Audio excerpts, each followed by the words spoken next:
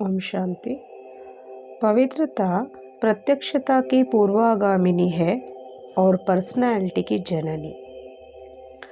आज बाप सर्व देवों के भी देव, सर्व राजाओं के भी राजा बनाने वाले रचयिता की रचना अर्थात श्रेष्ठ आत्माओं के श्रेष्ठ भाग्य को देख हर्षित हो रहे हैं।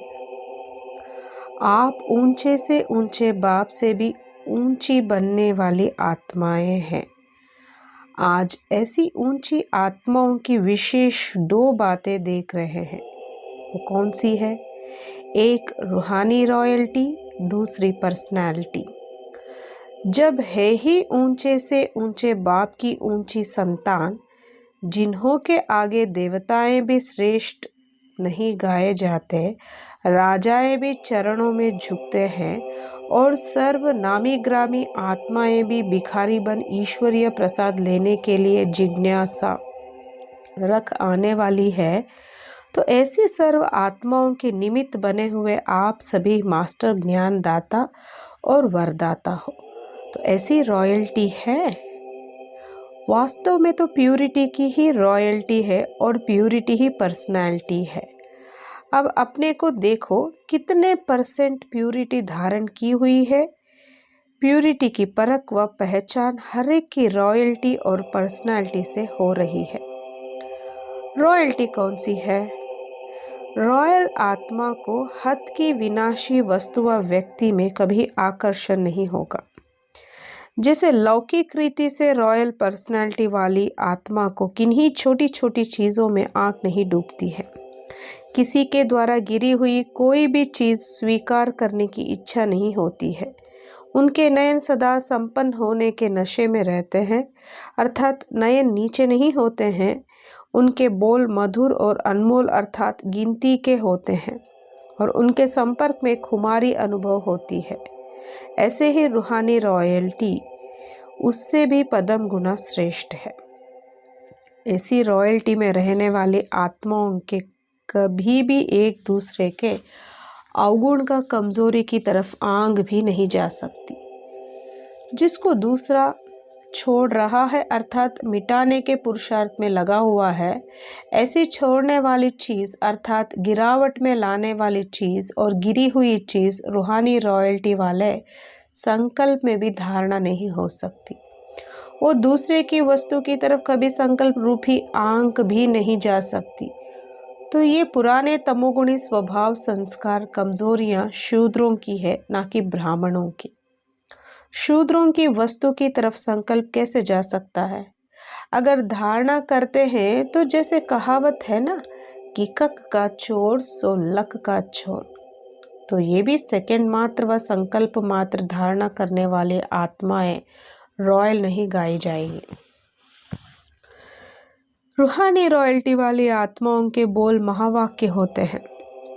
ये वाक्य गोल्डन वर्शंस होते हैं, जिन्हें सुनने वाले भी गोल्डन एज के अधिकारी बन जाते हैं। एक एक बोल रत्न के समान वैल्यूएबल होता है। वे दुख देने वाले, गिराने वाले या पत्थर के समान बोल नहीं होते। साधारण और व्यर्थ भी नहीं होते। समर्थ और स्नेह के बोल होते हैं।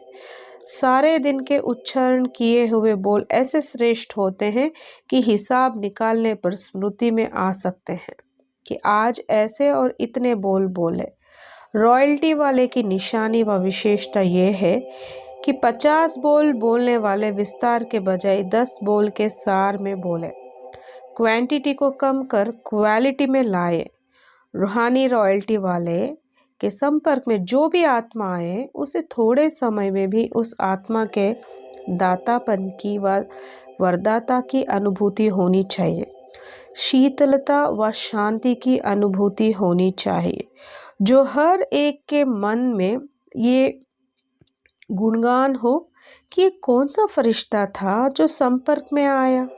थोड़े समय में भी उस तड़पती हुई और भटकती हुई आत्मा को बहुत काल की प्यास बुझाने का साधन व ठिकाना दिखाई देने लगे। इसको कहा जाता है पारस के संग लोहा भी पारस हो जाए, अर्थात रूहानी रॉयल्टी वाले की रूहानी नज़र से निहाल हो जाए।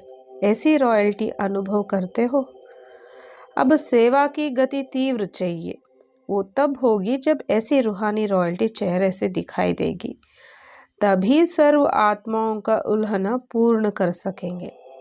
ऐसे प्यूरिटी की पर्सनालिटी को ही जो मस्तक द्वारा शुद्ध आत्मा और सतो प्रधान आत्मा दिखाई दे अर्थात अनुभव कर सके, नयनों द्वारा भाई भाई की वृत्ति अर्थात शुद्ध श्रेष्ठ वृत्ति द्वारा वायुमंडल व वाइब्रेशन परिवर्तन कर सको। जब लौकिक पर्सनालिटी अपना प्रभाव डाल सकती है तो प्यूरिटी की पर्सनालिटी कितनी प्रभाव डालेगी या फिर प्रभावशाली होगी। शुद्ध स्मृति द्वारा निर्बल आत्माओं को समर्थी स्वरूप बना सकते हो। ऐसे रॉयल्टी और पर्सनालिटी स्वयं में प्रत्यक्ष रूप में लाओ, तब स्वयं को व बाप को प्रत्यक्ष कर सकेंगे। अब विशेष रहम दिल बनो, स्वयं पर भी और सर्व पर भी रहम दिल। सहजी सर्व के स्नेही और सहयोगी बन जाएंगे। समझा? ऐसे भाग्य का सितारा चमक रहा है ना, ऐसे धरती के सितारों को सब चमकता हुआ देखना चाहते हैं। अच्छा, गोल्डन वर्षन्स द्वारा गोल्डन एज लाने वाले, सर्व के प्रति सदा रहम दिल, सर्व गुणों से संपन्न, सर्व प्राप्ति करने वाले, एक आत्मा को भी वंचित नहीं रखने वाले, ऐसे सदा दाता रूहानी रॉयल्टी और पर्सनैलिटी में रहने वाले, सदा चमकते हुए सितारों को बाप दादा का याद प्यार और नमस्ते।